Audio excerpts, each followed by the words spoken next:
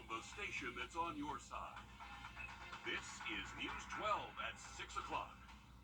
Coming up on News 12 at 6 o'clock, as the student loan pause ends, borrowers are becoming more worried about the transition as they deal with high inflation taking a bite out of their budgets. But first, thick, hazy skies stretching all across parts of the U.S. this afternoon. Here's a live look at New York City, courtesy of EarthCam, in Philadelphia right now.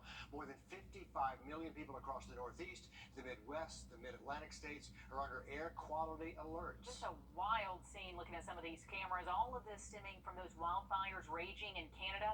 More than 9 million acres have been charged so far. That's about 15 times the normal amount we usually see by this time of the year. And you don't see this every day. Just an eerie yellow haze stretching across the Kuka Lake. This is in New York. You can see that visibility is very low. They even grounded flights for a lot of the day at LaGuardia up in New York City. But now we're bracing here at home as the smoke and all that smog starts to creep its way down to Augusta. And this may be some good news for us. We are tracking some showers again this afternoon as we check in with First Alert meteorologist Chris Still.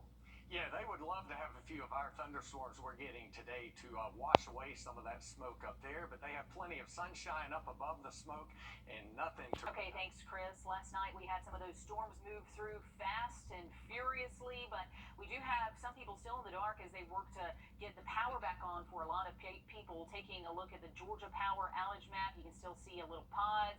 In the last hour, though, hundreds of people have had their power restored. Only about 199 outages for Georgia Power, about 887 still for Jefferson Electric. The list of problems grow and the fallout remains to be seen as the city works to recover from that cyber attack. Now, a tech company that deals with cyber threat intelligence is saying the city could be dealing with this issue for months to come. Craig Allison live in the newsroom. And so, Craig, what do those cyber experts have to say about getting these systems back online? Well, he says Augusta's situation is nothing new, but nothing too pleasant either. Regardless if this issue was caused by the hacker group Blackbyte, who is claiming responsibility, or regardless if Augusta were to pay any level of demands for information, Augusta-Richmond County could be looking at a complete reboot to get back up to speed. Yeah, I'm surprised that for some reason it hasn't seemed like the city's been forthcoming in terms of exactly what's happening.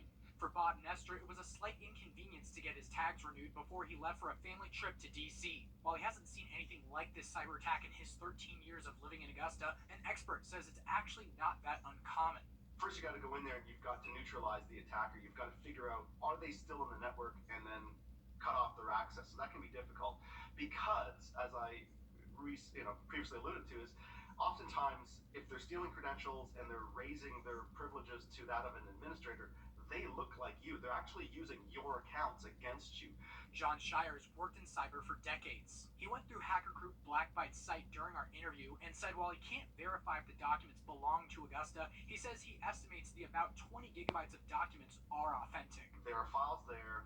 They appear to be government-type files, right? They include people's addresses and social security numbers and all sorts of things that would be considered private information, right? Shire says he took this screenshot of the $400K they're asking for, but says it could take millions to get back to normal. It sounds like they've put a lot of resources toward it, but there doesn't seem to be a lot of information that has come out so far. Tells us it could be months before we get back to normal. And the mayor has told us today that 100% of their essential departments are now up and running with workarounds. Another update is to come on Friday, but still no near end in sight. In Augusta, Craig Allison on your side. Certainly frustrating for the city of Augusta and all of its customers. Craig, thanks a lot. Augusta's district attorney is now investigating a deadly crash involving a Richmond County deputy. According to the crash report, he was driving a sheriff's office vehicle at the time of the crash. The Georgia State Patrol crash report says one of the drivers is Deputy Ty Daly. 75-year-old Jay Fager died in the crash. That was back on March 26th. The crash report says Fager stopped at the intersection of Cohen Road right there at Highway 25 and didn't yield at a stop sign. The report says Fager hit Daly's car, sending both cars dozens of feet off the road. Daly and a passenger in Fager's car were also taken to the hospital with injuries. One graduation ceremony just wrapping up at the USC Aiken Convocation Center. The class of 23 from the Aiken County Career and Technology Center taking the stage for graduation first. Then later at 7 o'clock, Wagner Sally High School graduates going to be in the same spot, also at the USC Aiken Convocation Center. So congratulations to all those graduates of the class of 23. Well done. Those graduates may have to start paying off those student loans right away. After a 3-year pause, student loan payments will resume in just a few months. Ready or not, here they come. And for some, that means your next payment date will be this September. Our Alyssa Lyons live at AU after talking to a parent and a recent college graduate about this looming payout. Well, just like them and just like me, many of us have passed through a campus like this one, or at least a similar one to it. Now they're going to take another look at that budget and really just make some adjustments because they are on their way. But one thing that they haven't been dealing with is that stifling inflation. I was really bummed. It's back, even though you wish it wasn't. They'll keep pushing it off. Surely there's so much more going on in our government right now. They'll just push it off and not have to deal with us getting upset about it. Time to open up that dreaded Excel sheet. I was definitely paying more on my car payment than I need to just to try to pay it off faster, but now I'll just have to take away from that and just be stuck with both debts longer. A lot of people repurposed that money during the pause, whether it was for a car payment or starting a family. I was able to financially put a lot of that money that was a part of the budget towards student loans into being able to have a child and what that all entails. Now she finds herself waiting for the next shoe to drop. They're saying it's coming up, and so we're geared up again, but if it's pushed back again, that it changes our life, and especially having a new little one in our family, it just makes it harder. Getting answers hasn't been easier. I definitely have reached out to the loan provider and have tried to contact by phone, if it's by email. The response, because they're so backed up at this point, it's really hard to even discuss or talk about that repayment plan. The end of student loan forgiveness comes as the Supreme Court continues to debate the legality of the Biden administration's want to erase student debt. The Supreme Court will have a final ruling on that decision by the end of June. And so, ready or not, those budgets are going to have to start shifting, and we know it's going to affect a lot of people, especially with the inflation we're dealing with right now. Alyssa, thanks. We're getting new details about a weekend crash that killed a 63-year-old man in a wheelchair on Deansbridge Road. The accident report says he is at fault for that crash. The report from the Richmond County Sheriff's Office says John Cummings was riding his powered chair on the side of the road. A car traveling in the same direction hit Cummings in the back, throwing him from the intersection of Ridge Road over to Deansbridge Road. The driver telling deputies she just didn't see him until the last second. The crash report says Cummings is at fault for darting into the road. The North Augusta Department of Public Safety facing a federal lawsuit. One man claims they violated his civil rights after arresting him for a murder he says he couldn't have committed. Alan Michael Johnson alleges the department kept him locked up months after they knew he was innocent. And as our Hallie Turner reports, in the past 10 days, that case has moved over to federal court. What began as an arrest for murder is now a civil rights lawsuit sitting in the hands of the federal court. Alan Michael Johnson filed the lawsuit May of last year. He says 5 public safety officers arrested and charged him in the murder of a 19-year-old back in 2018, but claims days later the officers had information showing it was not possible for Alan to have committed the murder. Alan says rather than taking the steps necessary to get him out of jail without charges, the officers pushed forward in the prosecution, keeping him in jail for 2 years. The lawsuit also claimed before Alan was released from jail, his constitutional right to meet with his lawyer in private was taken from him as officers eavesdropped on the conversation. The lawsuit says they were grossly negligent in their training and did not care that they were violating his rights. All of this caused long-term effects on Alan, including mental anguish, lack of freedom, and more. In August of last year, Aiken County filed their response listing out multiple reasons why they believe they are not liable. In Augusta, Hallie Turner on your side. So Aiken in the response says the officers were acting in good faith, and it ends by saying any damage Alan suffered was due to a third party they had no control over. That'll all be for a federal court to sort out. Coming up, if you're trying to find a way to beat the heat this weekend, stick around for this week's One Tank Trip. We'll take you sliding. Today's high of 91 was a degree above average, but because of that low down at 62, the day overall about 2 degrees below normal for this time, and the 21st day in a row temperatures have been below average, and there's more cool weather on the way. We'll take a look at that and some storms on our First Alert Radar Network when we come back. Weather Sunday, but a little cool in the morning. We'll wake up to about 55 on Saturday morning. One tank trip is back. This time our Will Volk headed out to Cashiers, North Carolina. There's a hidden gem tucked away there on the Wrdw River. Just a perfect way to cool off from the summer heat. Take a look. Tucked away off the side of the road is a staircase leading you down to nature's water park. When I went down, I was screaming and smiling the whole way down, so it might be scary at first, but it's totally worth it. 9-year-old Ellie never gets tired of sliding down this rock. Her mom, Lindsay Turner, has already brought her here 3 times this summer. My parents bought a house here about a year ago. We heard from some locals. We had to check it out, and it's absolutely amazing. The Wrdw River flows down this smooth 10-foot rock face into a shallow pool of water, creating a natural water slide enjoyed by all ages. This is great for kids to do themselves and go up and down multiple times. Good for a first experience. Before you try it, they say it's important to know the rock is slippery, so watch your step. With that in mind, I gave it a try. Mountain water is not warm. Wake of that front Friday, 85 with low humidity and plenty of sunshine. Beautiful weather Sunday, but a little cool in the morning. We'll wake up to about 55 on Saturday morning. One tank trip is back. This time our Will Volk headed out to Cashiers, North Carolina. There's a hidden gem tucked away there on the Wrdw River. Just a perfect way to cool off from the summer heat. Take a look. Tucked away off the side of the road is a staircase leading you down to nature's water park. When I went down, I was screaming and smiling the whole way down, so it might be scary at first, but it's totally worth it. 9-year-old Ellie never gets tired of sliding down this rock. Her mom, Lindsay, and about 82 in Barnwell. And there's your 7-day forecast. A beautiful day in the wake of that front Friday, 85 with low humidity and plenty of sunshine.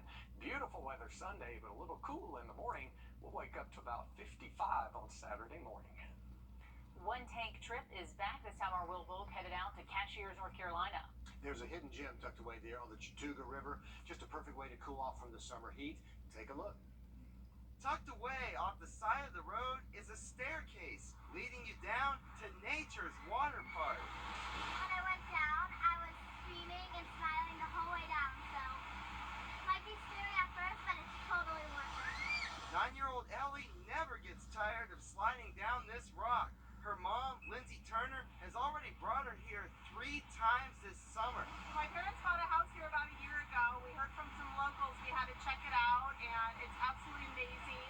The Wrdw River flows down this smooth 10-foot rock face into a shallow pool of water, creating a natural water slide enjoyed by all ages. This is great for kids to do themselves and go up and down multiple times. Good for a first experience. Before you try it, they say it's important to know the rock is slippery, so watch your step. With that in mind, I gave it a try. Mountain water is not warm. Ellie let me try it with her tube, and I still got soaked. And as you can see from the replay, it doesn't help when you fall off. Most important rule, don't embarrass yourself. And have fun. Did I embarrass myself? Maybe. Did I have fun? Yes. And for so many people, fun is what this place is all about. Destroying work clothes, Will Volk, on your side.